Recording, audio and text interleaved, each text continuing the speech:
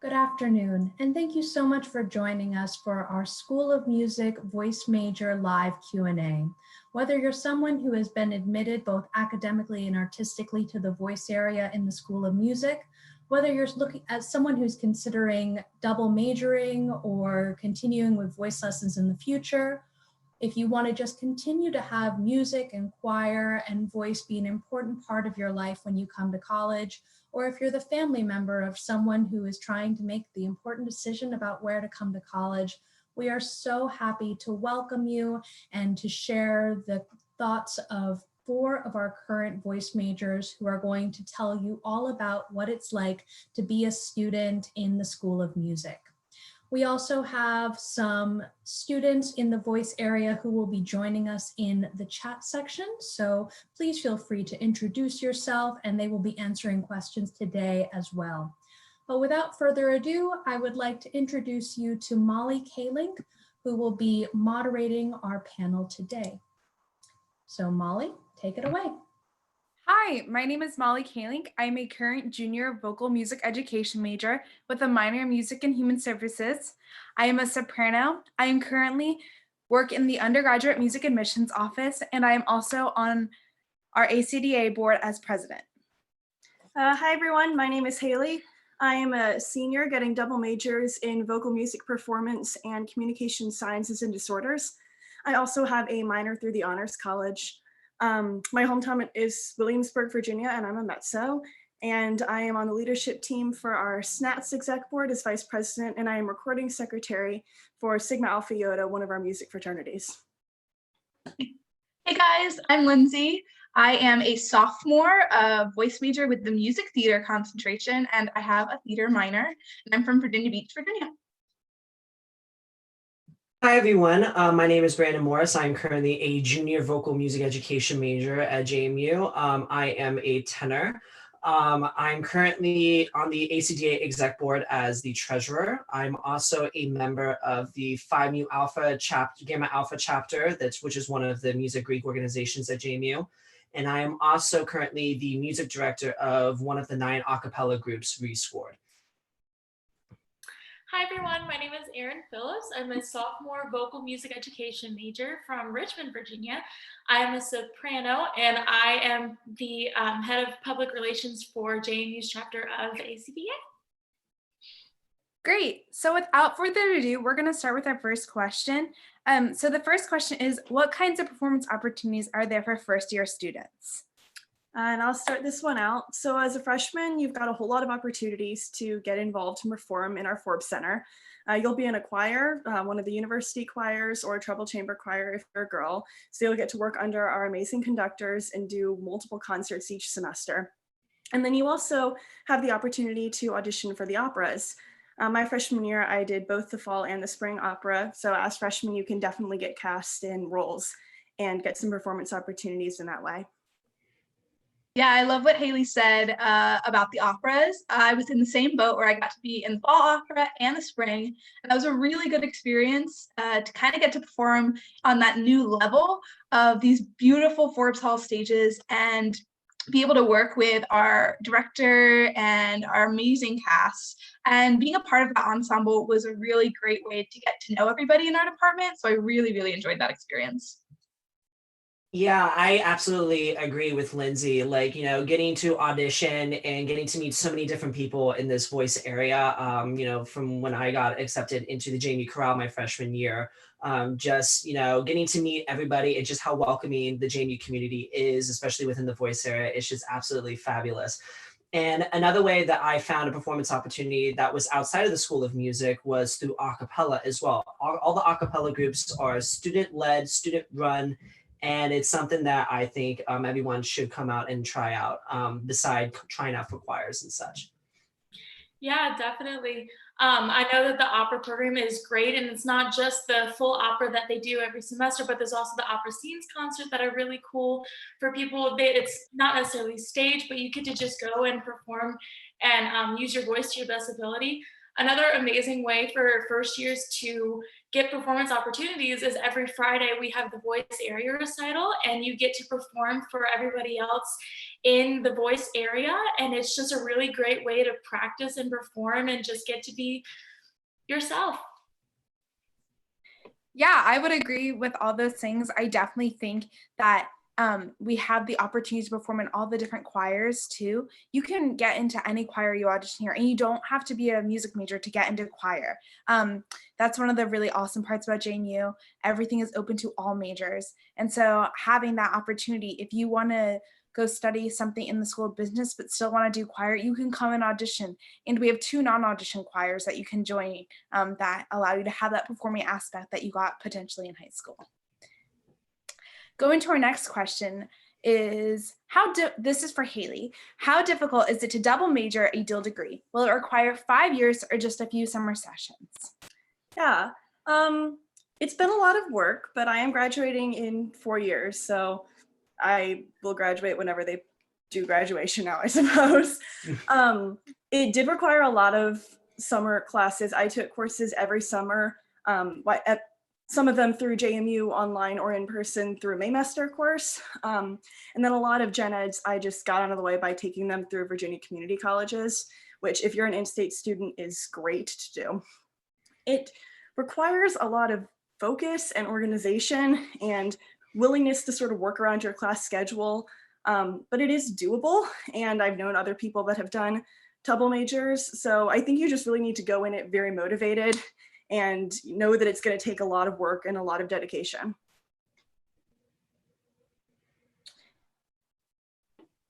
Great. Our next question is, are freshmen available to audition for higher level ensembles? So freshmen are able to audition for any of our ensembles. It varies year to year on where you get placed. You audition within the first week of coming to school. So auditions start usually on Sunday and then they run through Wednesday. In that time period, you can get placed in a choir. Anybody can get placed anywhere. It does not matter. Freshmen do tend to not get placed into our top choir, but that is just because that is a junior and senior level choir for the most part. You can get placed into our chorale though, which is a super awesome choir, and that's where most males get placed. Females tend to go directly into our treble choir for a more advanced setting, but then overall, all freshmen go to our university women's and men's choirs. Awesome. Our next question is, for music ed majors, how many ensembles are you in? I'm hoping to do at least 2 MRDs in whatever choir I get into. What do you find manageable?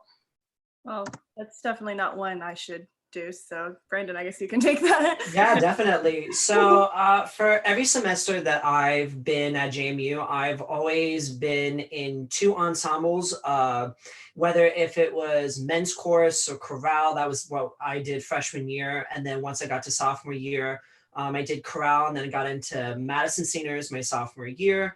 And then I also did the opera as kind of like on the side, starting sophomore year into my junior year. That's where I did 3 ensembles in one semester. I just like performing along with all my other classes. So it's definitely worth doing a lot of ensembles if you love the aspect of performing along with taking classes and such. But mostly for me, I tend to do only 2 ensembles because that just how I like to manage my schedule with like everything that I've got going on with my classes, and then, you know, trying to find that, you know, equilibrium between that and my ensembles. Yeah, just like Brandon, for my entire freshman year, I was in 2 ensembles. I was in the University Women's Chorus, and I was in the Treble Chamber Ensemble or choir. Mm-hmm. And for me, it was a great experience because I got to experience both directors and their different ways of teaching. Right now, my first semester sophomore year, I was in chorale, and right now I'm technically in chorale and Madison Singers. So I think it's a really cool way to see how all both directors work and get to perform with my peers, because it's just a fun thing to do. It's really, really manageable, especially just to do 2 choirs. I love it. It's great. I have no complaints. So going to that question, you can do any choir with MRDs. MRDs meets at the end of Monday of every single day of the week. And so being in that allows you, it's a later too, it's like around 5 o'clock or 6 o'clock. So it allows you to do MRDs plus do choir, because choir tends to meet at 3:30 on Mondays and Wednesdays for women's choir, or it meets on 3:30 on Tuesdays and Thursdays for TCC. Chorale meets at 2:30 on Tuesdays and Thursdays, and then Madison Singers meets on Mondays, Wednesdays, and Fridays at 11:15. So having those times that are earlier in the day allows you to do choir plus MRDs, and it's a totally manageable thing that you can do in your time here at JMU. Just make sure though, if you do both, if you have a dress rehearsal or something during the same time as an MRDs rehearsal, you communicate with the choral director or the ensemble director that you have to leave early, or you communicate with the people in charge of MRDs that you have to go do a choir concert. Everybody's really flexible in the School of Music, and that's what like makes it so easy to be able to do too. Yeah, I just wanted, sorry. I just wanted to add on to that, Molly. I'm so sorry to interrupt you, Haley. I have brothers in my fraternity in Phi Mu Alpha that are also in the MRDs and also do men's chorus as well. And men's chorus meets at the same time as women's chorus on Mondays and Wednesdays at 3:30. So it is definitely manageable for you to do both choir and MRDs. There was a girl who's actually graduating at the same time I am, who, while she was in chorale and the Madison Singers, joined the MRDs, learned the saxophone, learned how to play because she wanted to be a part of that ensemble. And she was managed to juggle her, junior and senior level MUED requirements and choirs with the requirements for the MRDs. So it's definitely possible. Great. Our next question is, how do you go about joining JMU's ACDA chapter and other voice area organizations? I'll quickly answer the ACDA one and then I'll pass it around. But for ACDA, we are super easy to join. Right when we get back in the fall, we're gonna have a welcome week where we'll do like super fun things like pasta night, and you're gonna go to Funky's and do ice cream and so forth, and you just get to like meet people. And then our big organization that we do is called Choral Fest, and that's where we bring in people from around the area of local high schoolers, and they perform with us, and we bring in a guest conductor, and that's ACDA's giant event that we host every single year. ACDA stands for the American Choral Directors Association. It is a chapter that gets students who are interested in doing choral directing in the future, meeting people in the field and so forth. So that's what we do. In order to join, you just have to like help out with us and so forth. And then we have a national chapter that you can join online. Currently, you can't look up our name because there's a registration thing that we are going through, but in the fall, you will be able to join in for a cost of like $5. Yeah, I'll just briefly talk about the two organizations I'm heavily involved in, which is SNATS, which stands for the student chapter of the National Association of Teachers of Singing. The NATS conference, some of you might have heard of that. It's a big competition that happens in Virginia and in the rest of the country pretty much every spring. And we're just a student chapter of that here at JMU. So next year, actually, JMU is hosting the collegiate chapter of NATS at the university. So the SNATS team is going to be really essential in helping to coordinate that event. But in off years, we get a lot of guest speakers to talk about studios and how to form your own and how to sort of function outside of college as a performance major and really any sort of music major. And then for SAI, that's one of the Greek organizations. Brandon's also involved in one of those. We've got 5 music Greek organizations that you can join. Each group does their recruitment a little bit differently, but keep an eye out around the music building when you get there for signs about how to get involved with those recruitment events. For SAI specifically, you have to have at least 1 semester of music classes before you can join, but we do a spring recruitment. So a lot of people freshman year, if they come in and they're interested, they can attend a couple of recruitment events, see if the group is sort of vibing with them, and then you can officially come out in the spring if you're still interested. And I've gotten to be a part of some cool things this year, especially. Our Opera Guild is a organization that's student run, and this year they put on all of our exec board organized a scenes concert. Unfortunately, it did not get to be performed because of our school moving to virtual online stuff, but I got the opportunity to work as a director for that, as a student director on 2 scenes. We did auditions with other students, we formed casts, we put rehearsals together, and that was a really cool opportunity to be able to flex a different muscle as opposed to just performing all the time and work as a director and try out that new skill. I've also been a part of Stratford Players, which is the theater organization that we have on campus, which is student run. I recently started attending those meetings, and they're the ones that put on all the studio shows over in the Forbes Center and organize other events for students. It's really great that we have so many organizations that are for students and run by students, because we really make the things happen that we want to see on campus. Yeah, so just like Haley said, I'm a part of Phi Mu Alpha, and Haley's a part of SAI, which is 2 of the 5 Greek organizations. Like we have a big interest meeting, for everyone to just come out just to see like what the Greek organizations are about. And then if people are interested, they go out to the different organization specific, interest meetings, for Pledge Week, just to see if it kind of like is like a vibe for them. If those people are definitely people that they want to like hang out with more and get to know better and get to know the organization better. It's definitely an awesome experience. It definitely changed my life when I joined Phi Mu Alpha, because I got to meet so many people that love the same thing I do, which is music. And then as for the other organization that I'm in, Acapella. So for Acapella, what we do is that we have a weekend designated. It's like 2 weeks into the semester. It's on a weekend. People can just come in, and then they would get out like a little time prep sheet, and then they would sign up for the different acapella groups for that they're interested in. And each acapella group is very specific, they're their own group. We usually don't compare one to the other because each group is very uniquely different. And that's what I love about the JMU acapella community. So you can just go in. We have 3 all-male groups, 2 co-ed groups, and 4 all-female, which is absolutely awesome because it gets a lot of like people interested in singing. And then you audition and during the weekend, and then we have callbacks the following week. Great. And so those are all the organizations that are related to the voice area. Our next question is Madison Singers mostly made up of upperclassmen, or are there openings for freshmen? Erin, you want to take this one? Sure. So Madison Singers is set aside from upperclassmen students, simply just for a social aspect. When you start out in the women's chorus or men's chorus or the treble chamber choir or a chorale, you're kind of getting to know the people that are around you, and you're getting to know how to blend with the different people that you're working with for the entire 4 years that you're in the School of Music. And you get to learn more, and you experience the directors more, and you understand like their different hand gestures and things like that. So getting to Madison Singers is more of an upperclassman thing. They do a lot more sight reading. They do a lot more of learning music on their own. So it is more of an upperclassman thing, but there are still so many other amazing ensembles that are just as fun to be in with some amazing people.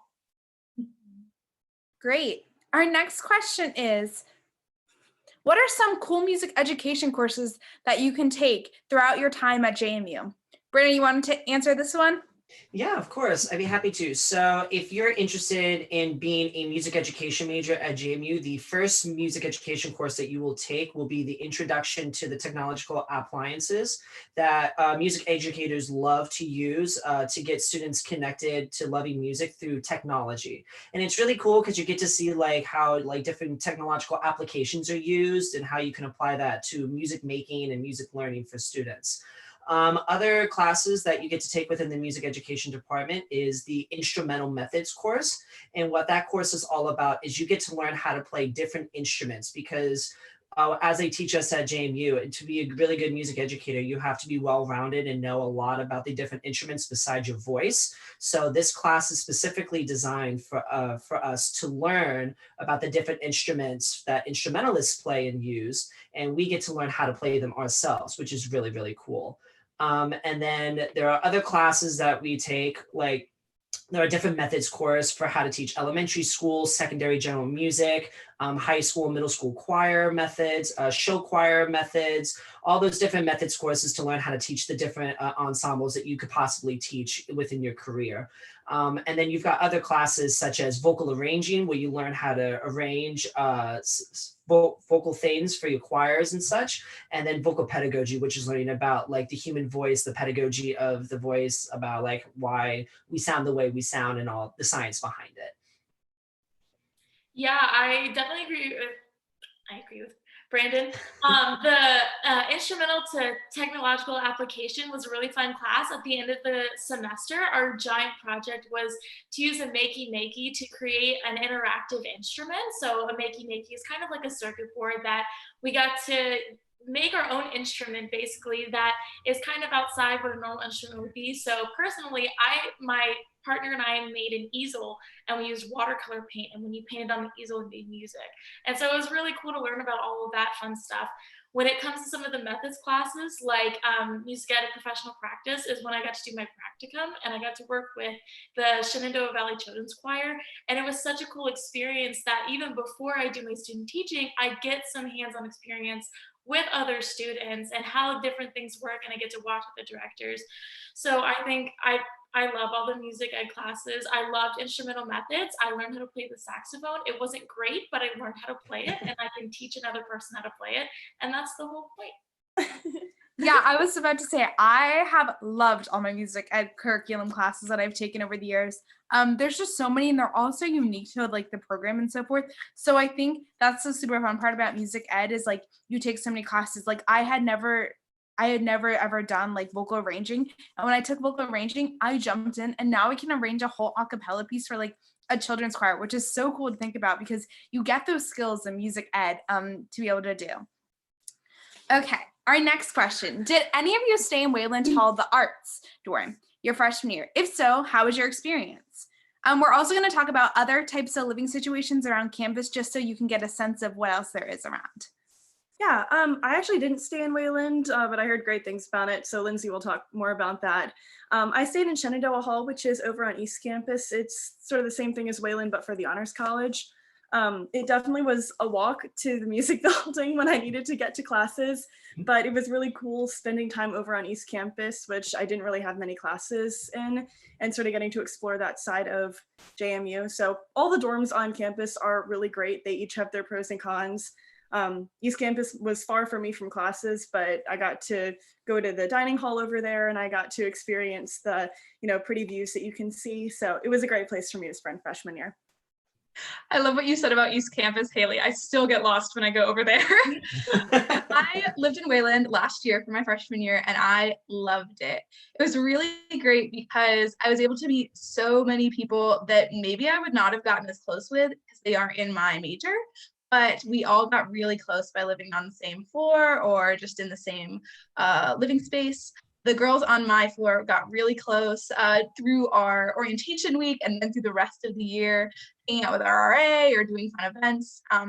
I met my roommate through Facebook, and she's a theater major, and it worked out so great. We barely knew each other, but personally, I had such a good time with her. We clicked really well. And so if you're worried about going random or not knowing someone too well, don't worry. It often works out awesome. And we had a great time just enjoying the space for both the community that we all had through our shared interests of theater, dance, music, art, and then also just like the amazing facilities that we have in that place. There's a performance space, there's practice rooms, there's an art studio. It's pretty great. So I loved it. I highly recommend applying.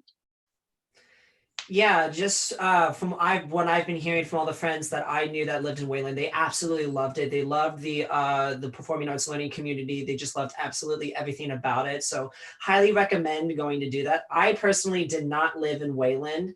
My freshman year, I decided to live someplace else on campus. I lived in Weaver Hall, and that's in the Village, which is like the most central part about JMU campus, and it's really convenient because it's like the midpoint between like where the quad is and where East Campus is.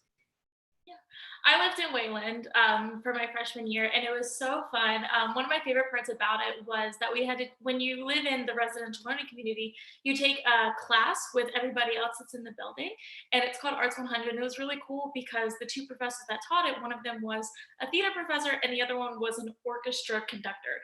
And it was just so cool to get both sides of how art can be, because you're not just living with other music majors, living with dance majors and theater majors and art majors, and it's just really cool. You get really close with the people in your hall because the bathrooms are community style, so you get close to the people that you live with. It was great to have the practice rooms downstairs. I had my oral skills class in the basement, which was really nice because I just woke up and went to the basement. So it was a really fun time. I got really close to the people around me, and it was just overall a great experience. I also lived in a living learning community. I didn't live in Wayland, but I lived in Hoffman Hall with the psychology department. My roommate was a psychology major, and so I lived in Hoffman. There are all kinds of living learning communities. So if you want to go live in another living learning community, you are totally able to do so. You just have to apply on the JMU housing website, and it's open to anybody. So you don't have to be like a psychology major to apply to live in a living learning community.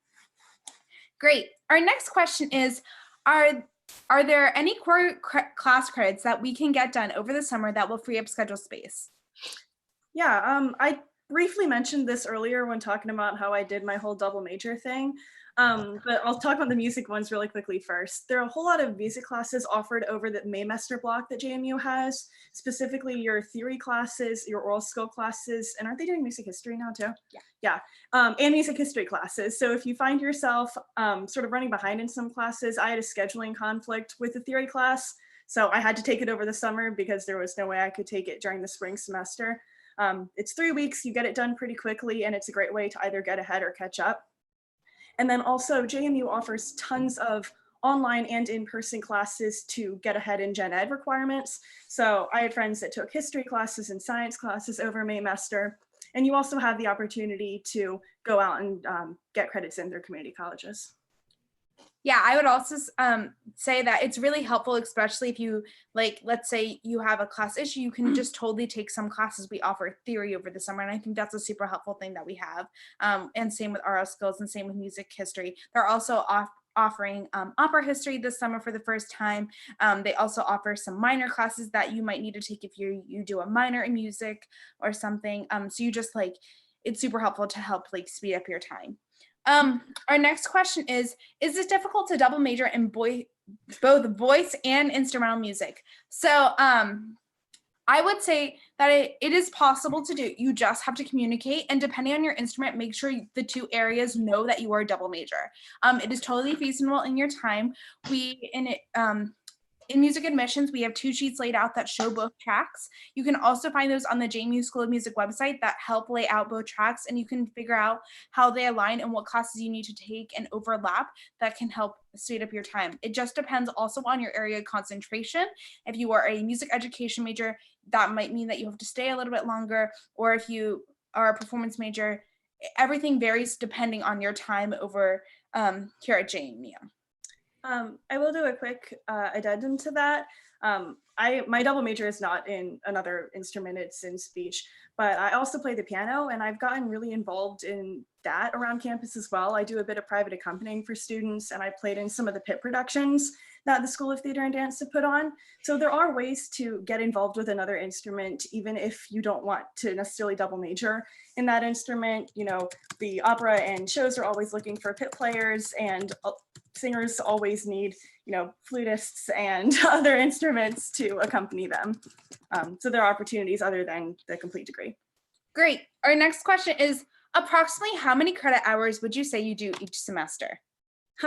I've taken 20 plus, but I am a double major, so that's not necessarily realistic. Lindsay, what have you been doing? Yeah, I think I've taken about 16 to 20, depending on the semester. It definitely varies depending on if you have a minor, if you have a double major, or how much you want to front load versus do towards the end of your career. It's all up to you, really. They allowed a lot of flexibility, which is nice. Yeah, absolutely agree with Lindsay on that remark. I'm in between 16 to 20 credits every semester as well. I'm in between about 16 to 18 credits a semester, just because I don't have a double major and I'm not overloading my classes. But I would say that I have taken between 16 to 19, and then it's nice for my last semester here, I will be at 14. The next question is, are there any vocal performance major specific classes at JMU? Yeah, I can talk a little bit about this. You'll stick with pretty much the normal track up until about your junior year, which is when you start to branch out a little bit. The first class that I took that was sort of unique was opera history, which I'm pretty sure is only for performance and musical theater majors. You learn a whole lot about the history of opera, and you get exposure to the plots and roles of pretty much every major opera that you would ever perform in a performance career. So that's a 2-semester class. You take that either your junior or senior year. And then the other big vocal performance major specific class is solo vocal literature, which I'm in right now. You sort of focus on like German music for a semester, French music for a little bit, English music for a little bit, and you just hit through the big composers. You learn a lot about specific songs that would be good to assign to voice students, or to assign to, you know, yourself if you're looking for a rep. So that's been a great class for me to get a bit more in depth on the composers themselves and learn a lot of music that I didn't previously know. And as a music theater concentrator, that's definitely a performance track, but a slightly different direction. I definitely started taking a lot of those specific classes this year. So I'm taking things like acting classes and dance classes. I took a class called Design Aspects, where we talked about how different shows are designed, and we did costume sketches, and we did fake set constructions, which were really cool. They definitely try to give us a varied choice of options and let us try a bunch of different ways to take classes so that we get exposure to a lot of things. The music theater track is definitely pretty special because there is both our track in the School of Music and the musical theater major as part of the School of Theater and Dance. So they cover a lot of the same topics, but with just a slightly different focus, where ours is very music-based, getting all of those core credits we usually need, but then getting to go over to Forbes and taking a couple of theater classes, taking a couple of dance classes. And that's been a really cool experience this year, getting to start taking those. Great. This is going to be our last question. It's, can you talk about JMU's opera productions, and can you be an opera and choir? Yeah, I'll sort of defer most of this to people that have been in opera more recently than I have, but it's definitely possible to do opera and choir. Everyone does that. So Lindsay, you can talk a bit more about how it has been in recent years. Definitely possible. My first semester, I was in the opera and I was in 2 choirs. That might have been a bit too much, but I made it work for sure, and I still had a lot of fun. Luckily, our choir part in the opera for the chorus that year was not too big, so I didn't have to stress so much. But it's totally doable. The operas, like they said, audition every semester as well as the choirs. And there's a lot of opportunities to do different types of auditions, so you get a lot of practice. My mantra is audition for everything. So I not only audition for the operas and the choirs, but I've also auditioned for the plays and the musicals over on the theater side. So if that's something you're interested and you've done in high school, don't worry, you can still get a lot of experience with it. I was even cast in one of the main stage plays this year as a music major, which was super exciting. And unfortunately, we didn't get to do that show because of, again, virtual school. But it's a really great opportunity to get to try all different aspects of performance if that's something you're interested in. Yeah, that was great. Thank you so much, Lindsay. This is the end of our session. Thank you so much for tuning in today. We really loved answering all your questions. And if you have any questions, feel free to reach out to any of us. We'd love to help you make sure that you know everything that you need to know about joining the School of Music and the vocal area. Our emails are below in the chat. Thank you again, and we will hopefully see you in the fall. Bye. Bye. Bye.